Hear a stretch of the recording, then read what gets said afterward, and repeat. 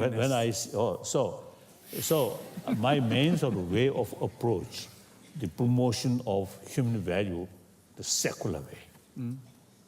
And then second commitment, too long. No. It's all very interesting. But I have some more questions. But Yes. go on for a while. Go on. It's very interesting.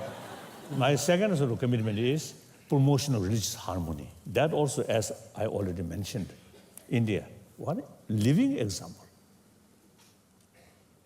I think in the West or outside world, you only heard those negative things. Some Muslim burned some Hindus, or some Hindus burned some Muslim sort of and also some Hindus burned one Christian missionary worker like that. So you simply pick up these news. But the reality in India, 1,000 years, the Christian community beside Hindu community, Muslim community, live together, no problem. Just recently, I was in one place in Rajasthan. I met one Romanian who carries some research about religious harmony. He told me he found one village, the Muslim village, 3 Hindu families, only 3, but no fear. Very friendly attitude, one another. So he's surprised that. So that's the, I think, I always telling my Indian friend, these are the model of the rest of the world.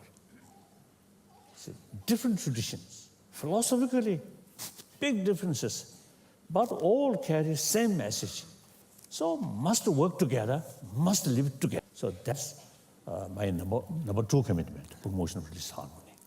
So I can spend more time, more energy in these 2 fields. Then Tibetan struggle, the elected people and Tibetan people themselves should carry full responsibility. They can do it.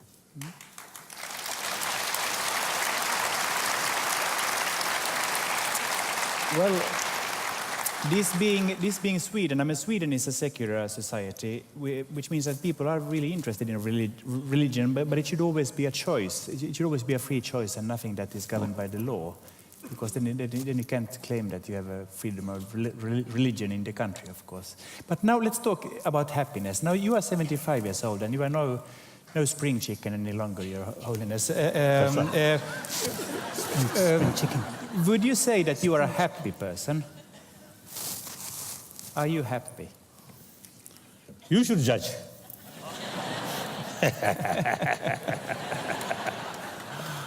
I think, comparatively, I think I'm quite a happy person.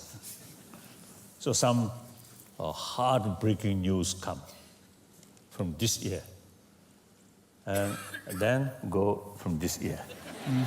Of course, I realize this is how bad. We must do something. But very little impact in my emotional level. So I can keep peace of mind. Okay. Is there a difference between happiness and harmony for you?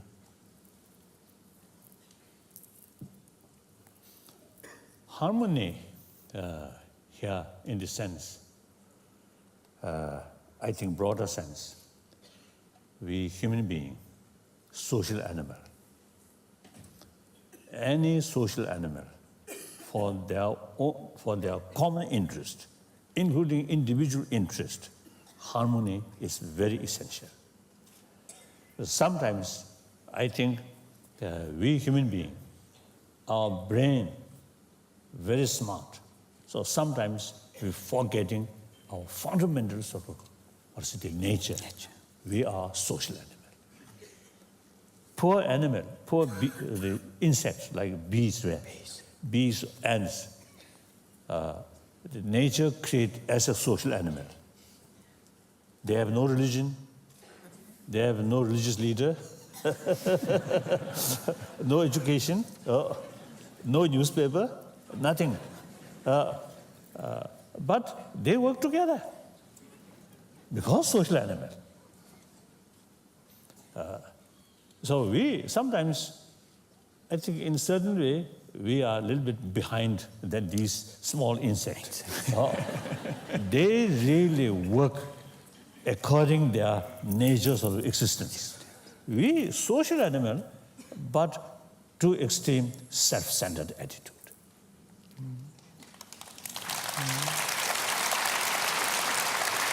So therefore, harmony, very important. Now here, in order to develop genuine harmony, genuine friendship, is very essential. But some kind of united sort of force, united thing, working together, but by force is not genuine sort of a cooperation. Genuine cooperation must be based on friendship. Friendship based on trust. So long there's trust, then genuine friendship comes. Trust based on openness, respect other. Extreme self-centered attitude, very difficult to create trust. Instead of trust, suspicion, jealousy, these things happen. More open, more compassionate attitude towards everybody, open, then trust comes. And with that, you also can act transparently. There's nothing to hide. No matter how educated, how wealthy people, it's showing something, thinking something different. And sooner or later, people will realize that. So under that circumstance, how can develop trust? Without trust, genuine friendship impossible. This is my feeling. And do you mean that genuine friendship is one of the bases for harmony? That no one can be harmonic all by himself? I mean, is that what you're saying? Oh, harmony, another level. I think this body survived on the basis of harmony. All these body elements work together, more balanced way. This flower, also every particle. So harmony, I think, at various levels.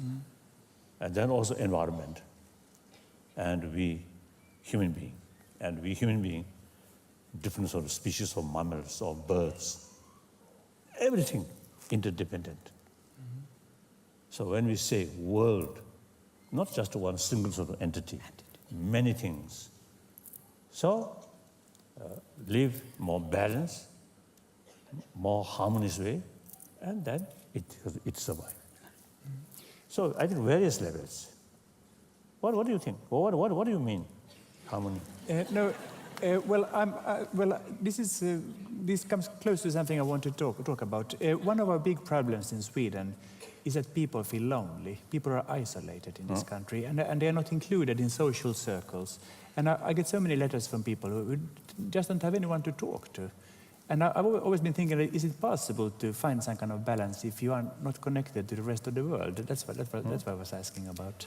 And how do you think we should cope with the problem of loneliness in this country?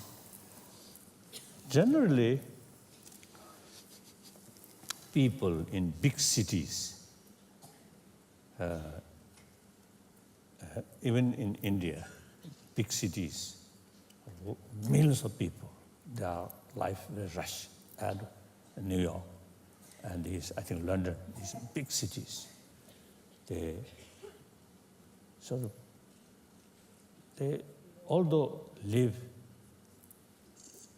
among us there several millions of people, but individual deep sort of feeling loneliness.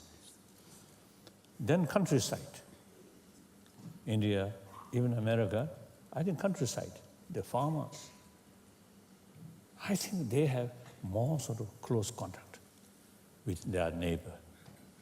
So I think less feeling of loneliness. This is my feeling, my impression. But I don't know whether correct or not, I don't know. We need more research work. And here, I think must be Swedish people also, I think those, the less crowded area, maybe more sort of human contact. Too much sort of industrialized, mechanized society. Sometimes more danger, loneliness feeling. And also too much competition feeling. So you cannot rely the other one. You cannot trust that kind of feeling. That I feel. But we need more research work. I think, in any way, now we are 21st century. We should not take for granted our future is smooth, and including nature's or disaster because of global warming and also population increase. So we must think, you see, new visions. And for that, we must carry more research, more analyze the situation.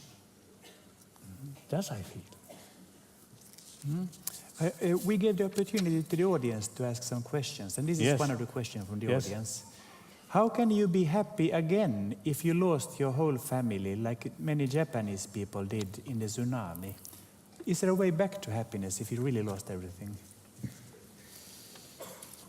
Yes, these are very, very sad. I think 59, 17th March 59, I left Lhasa or Nobel. Then 18th, 19th night or early morning of 20th, Chinese bombardment started.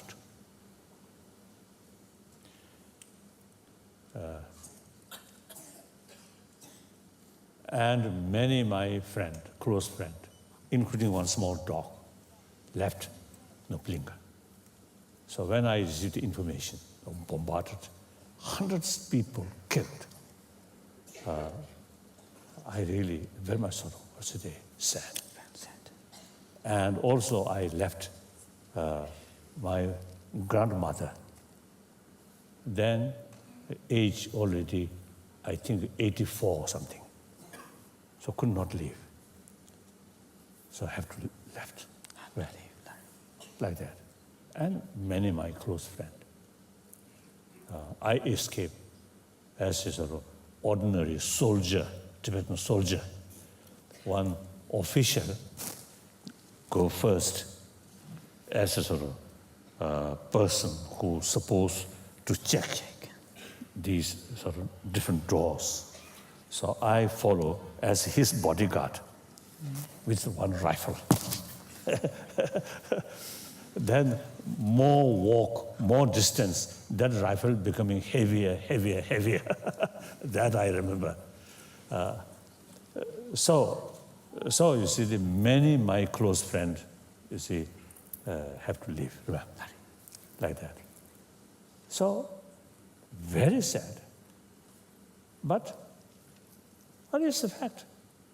So instead of saddening, feeling sad, and sort of demoralize or discourage and keep hopelessness, no use.